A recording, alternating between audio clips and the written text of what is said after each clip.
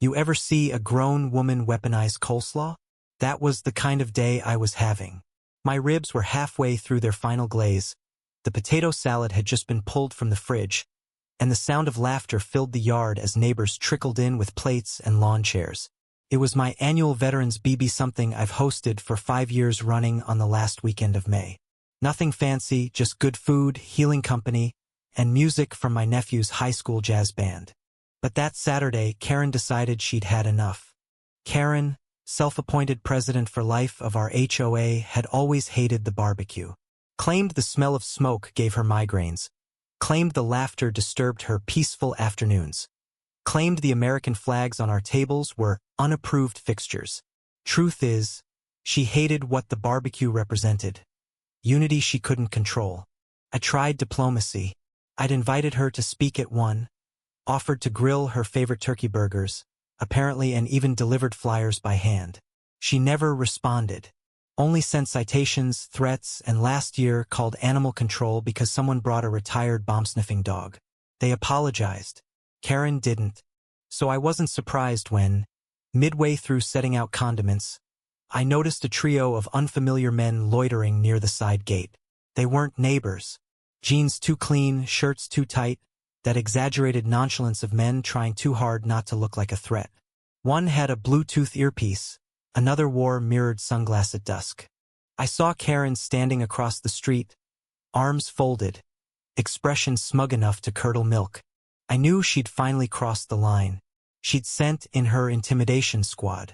What she didn't know, I wasn't alone behind that grill. I nodded to the man plating brisket beside me, Tony Vega, former NYPD, now retired and training service dogs. On the other side, my cousin Melanie, full badge, off-duty sheriff with nerves of steel and a concealed carry license that'd make the FBI blink. Tony clocked the trio immediately. "Friends of yours?" he asked without looking. "Karen's muscle, maybe," I replied. "Sent to cause a scene." Melanie wiped her hands and stepped calmly toward the gate. "Let's see what kind of scene they're looking for." The men froze when she opened the latch. She didn't raise her voice. She didn't even flash her badge. She just said, "Evening, gentlemen. Looking for someone." One tried to speak, but the words didn't come. The guy with the earpiece coughed, muttered something about mistaken address, and backed away. All three turned, almost in sync, and walked off fast enough to trip on their bravado. The whole exchange took under 20 seconds. Karen, watching from her porch, looked like she'd swallowed a light bulb. And then the twist. Karen didn't just send them. She paid them. We found out later after one of the guys came back that night, alone, and knocked on my door. His name was Jared. Mid-30s. Nervous. Said he didn't know what he was getting into, that he thought it was a noise complaint, maybe a warning delivery. But Karen had told them I was illegally hosting commercial events, that I was an aggressive ex-military threat, and that they were within rights to shut it down. "She paid us cash, man," Jared said, eyes flicking around like someone was still watching. $200 each, plus a bonus if we got video of you threatening someone. I stood there, stunned. The barbecue wasn't just target, it was bait. Karen had tried to set me up, catch me reacting, yelling, maybe throwing them off the property enough for her to file a police report and paint me as unstable. And if it weren't for Melanie's calm head and Tony's quiet presence, I might have walked right into it. Jared handed me a folded piece of paper. Karen's handwriting, the plan, even listed times and talking points.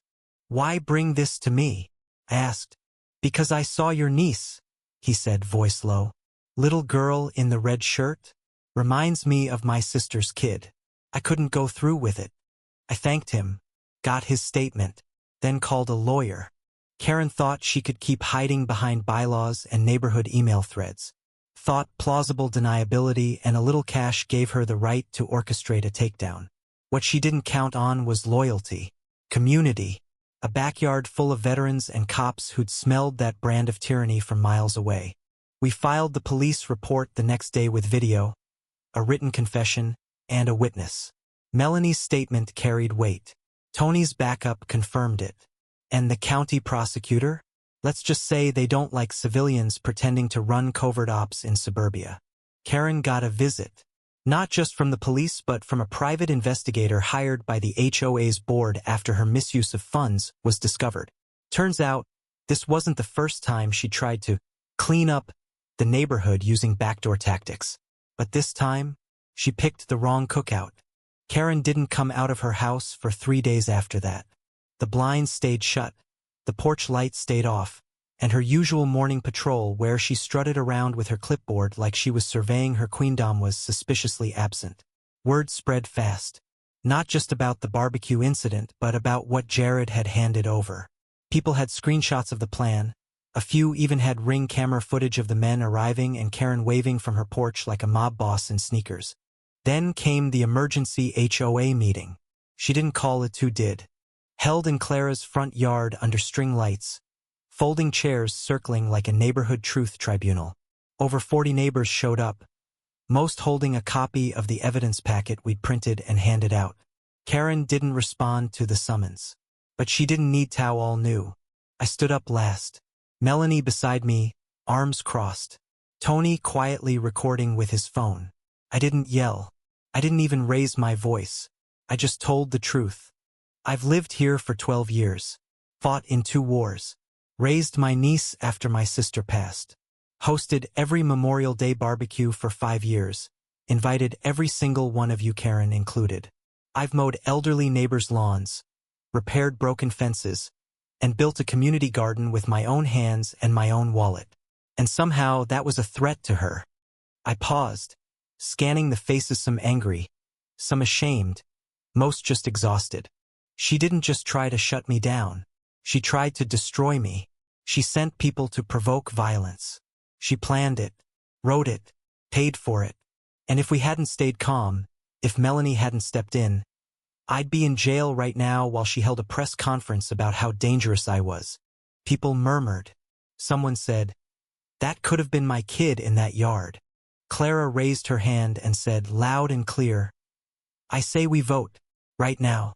Emergency resolution to remove Karen Trask from her position. Permanent removal. No appeal. Banned from future participation." The vote was unanimous. Not one person defended her. Not even Mr. Hargrove, who once called Karen misunderstood.